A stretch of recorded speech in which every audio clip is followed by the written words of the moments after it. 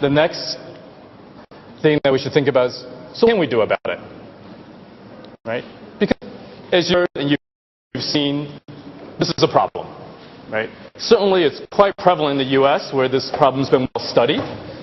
But I would ask that you all reflect on your current situations here, that perhaps is something that you might have seen in Malago and Makere, perhaps something that you've encountered elsewhere in Uganda, or wherever else that you may be training.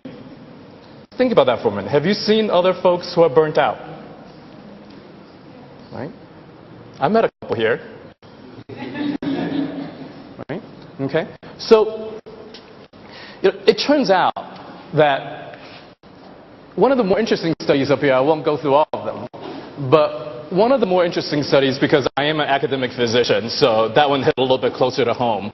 But the study that was done by Professor Schonefeld actually revealed a very simple truth. So she sort of mapped out three main areas of work for academic physicians. So that's clinical work, research, and administrative responsibilities. Okay? And it turns out that people were most engaged and most happy when they were working in the areas that they like, and they were most prone to burnout when they were overburdened with areas they dislike. That was different for different physicians, but that was the theme. Okay? So let's keep that in mind. Let's think about that. Okay? So they say, well, Gary, the burnout is just a terrible thing to talk about. And Dr. Billett showed us this really lovely spectrum between burnout and engagement. So, let's just be positive. Don't be so negative. Don't be so stressed out. Just be engaged, and you'll be fine. It turns out it's not that simple, right? Because if that were the case, then no one would be burned out, right? Okay? So, I think for me, a big part of that is having some insight, right? And recognizing then those features that we had discussed earlier. Right? What are those risk factors? What are those traits? What does that look like? Do I see that in myself? Do I see that in others? Right? Because you're not going to get to A to B if you don't know where you are. Right? So a simple analogy is, if I'm lost in Kampala and I call Susan, so, Ms. Nalugo, I'm lost. I'm trying to get to Malago Hospital. What's the first question you ask me? Where are you? Right? I need to know where I am. Right? And that's the insight. Right? So if we don't have that insight, if we don't know what our starting point is, the point is moot. Right? All right. So, and the other thing I was going to say is, talking about burnout, so this is the other thing. Well, if you talk about burnout, then that's what everybody will think about, and everybody's going to be burned out. Turns out, not the case. Just like depression and suicide, right? Just because you talk to a patient about depression or suicide, you don't give them depression or suicide. Right? You're trying to identify it. Okay? And it's the same here. But when we talk about the burnout and engagement spectrum, the other thing that we need to pay attention to, that burnout oftentimes, as people get increasingly burned out, the basic needs start to get neglected. Right? So if you think about sort of Maslow's hierarchy of needs, self-actualization, engagement, passion about your work, those are high-level functions. Right? So you sort of have to start from the basics, don't you? All right. So what are some personal factors, then, that we can help identify to prevent us from having burnout? What are those things that we can strengthen and enhance? Right? And actually, I would sort of say that given the audience here, that all of us have some positive personal factors. Right? You don't get to be in this room right now, in this position, if you didn't have any. Okay? So, and I suspect that given most of your personality types, now you're hopefully a little bit curious about what you can do to enhance and strengthen some of those factors. Okay? So the answer is yes and yes. All right? So again, basic. Right? So the most basic part of self-work, then, are those things that we talk about, sort of wellness. Right? So getting enough sleep, eating well, exercising, right? Having a community, perhaps a spiritual community that you belong to, right? Or your family, right? Making sure that those networks and those things are in place that are functioning well.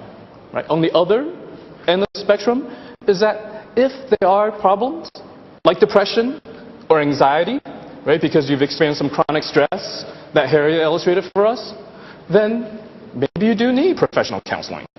Maybe that there's help that one needs to go get. Okay? So both ends of those spectrums are important. Right? So it turns out that one of the things that really protects against burnout, and there's more and more research now that's being done in this area, sort of merging a lot of psychology, social science, and neuroscience, actually, that there's sort of this concept now called resilience that's very popular, certainly in the literature now. Okay? So have you guys heard this term? Yeah? A few heads nodding. Good. So for those of you, what do you think of when I say resilience? What comes to mind? Maybe as a quick brainstorming exercise. Yes? Being adaptable to various situations. Ability to cope with problems. Good. What else?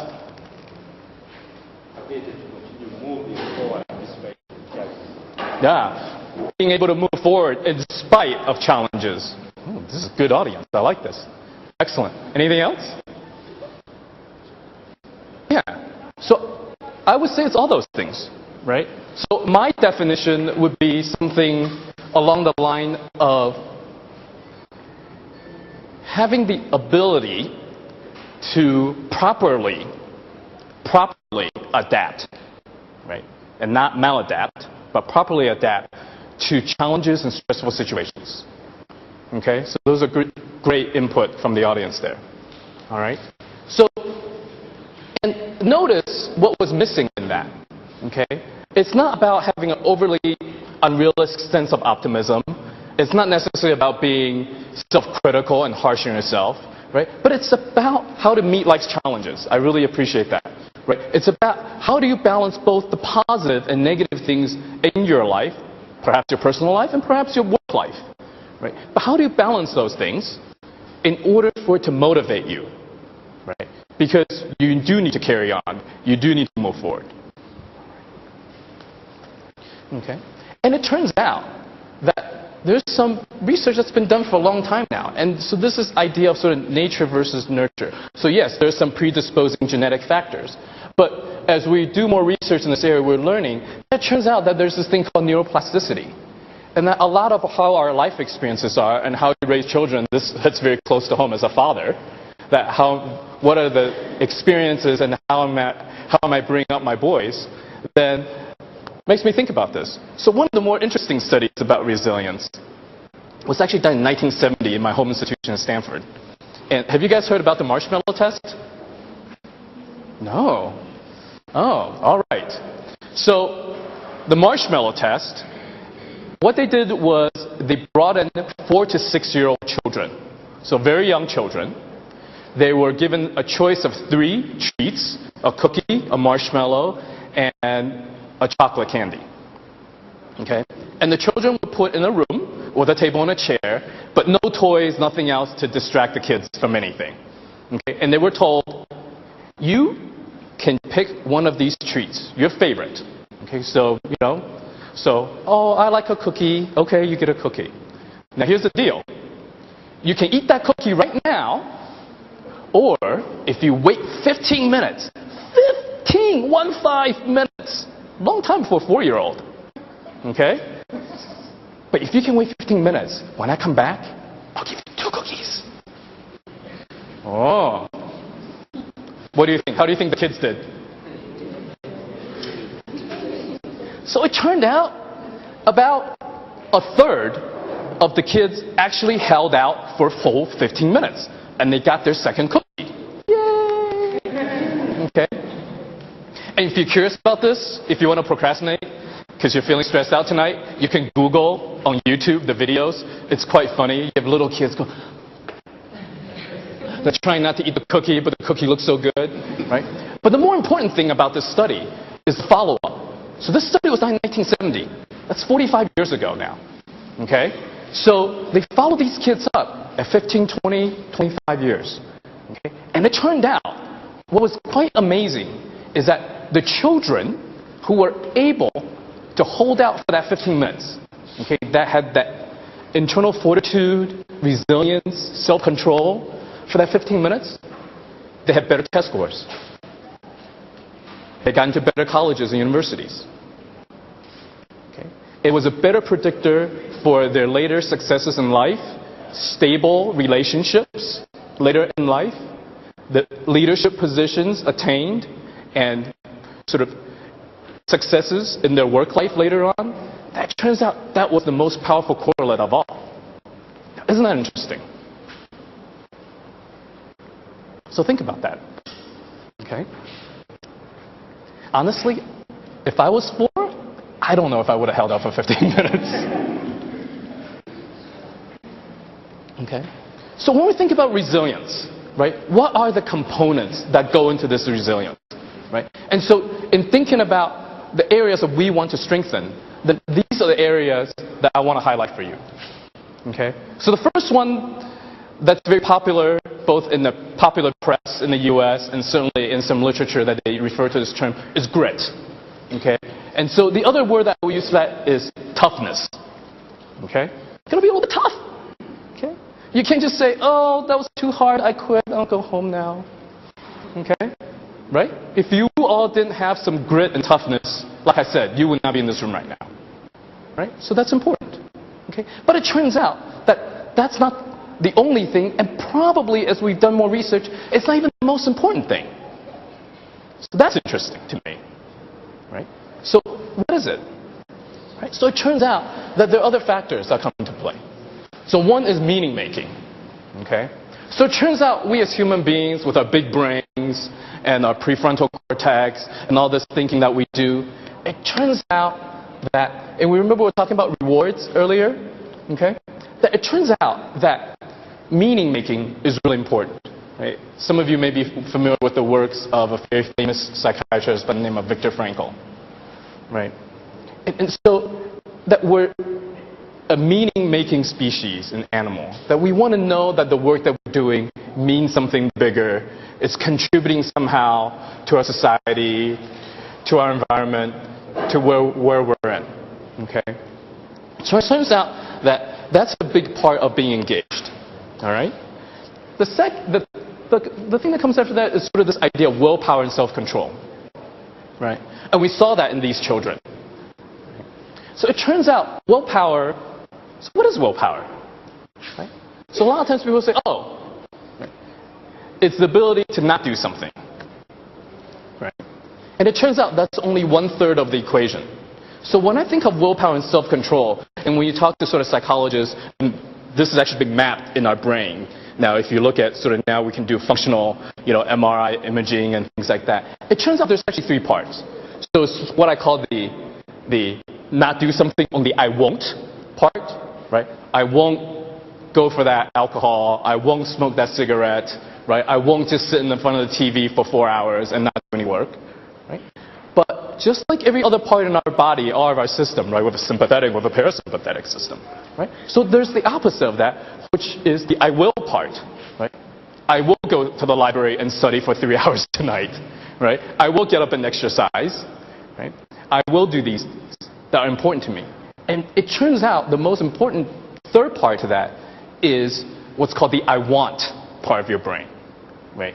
It's the part of your brain that's able to balance sort of that very immediate I will, I won't, I will, I won't, because those parts are really deeply connected to our midbrain and our dopamine and our oxytocin, the sort of the reward systems. But the part of our brain, the prefrontal cortex, the part that sort of says, you know what, I can time travel in my head. Okay? That I can project a future, right?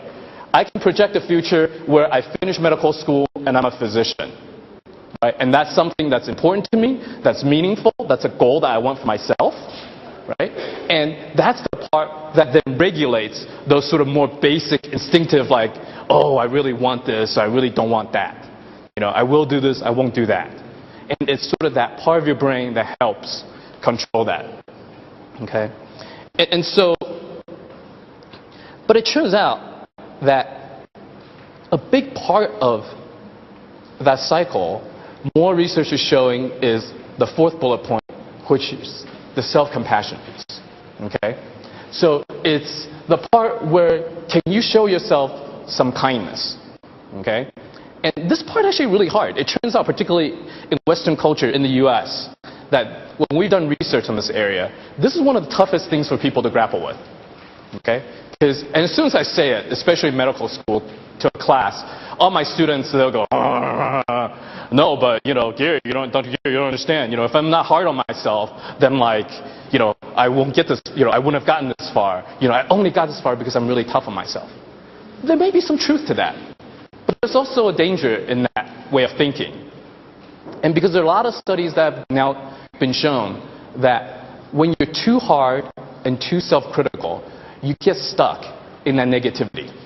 Okay? And that actually keeps you from accomplishing the things that you want to do. Okay? And if you want to Google this, it's what the psychologists call the what the hell effect. Okay? And you put that in quotation marks. Okay? You guys are laughing, but this is quite true. Okay? And there's some, and if you really want something really interesting, look up Duke University. You can probably Google donut study. Okay? Donut is American sweet pastry. Okay? So we'll leave it at that. Those of you who are curious, you can come ask me about the donut study later. Okay? But the point is that it turns out one of the studies that was done actually with college students was on procrastination, right? Which, anybody here procrastinated before an exam? I have. Okay? And it turns out that when they follow students through an entire semester, the students who procrastinated on the first exam, if they were more willing to forgive themselves and be kind to themselves and be compassionate to themselves, they were less likely to procrastinate on their second and subsequent exams.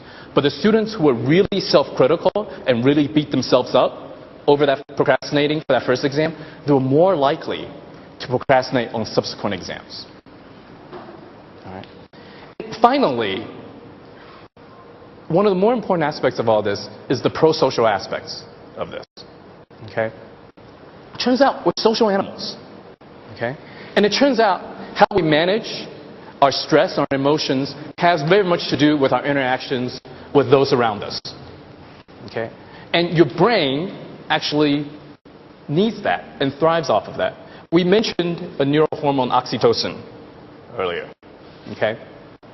And it turns out oxytocin is a neurostress hormone. It has lots of things. It's sort of what we call the happy hormone, the cuddle, hug hormone. But it turns out during your flight or fight response, okay, that oxytocin is actually released in your body. Okay? Interesting. Oh, I thought it was just adrenaline. Turns out it's not. And when oxytocin is released, and it turns out part of that release has to do with how you frame the adversities in your life. Okay? And this goes back to a little bit what Harry was talking about. Okay?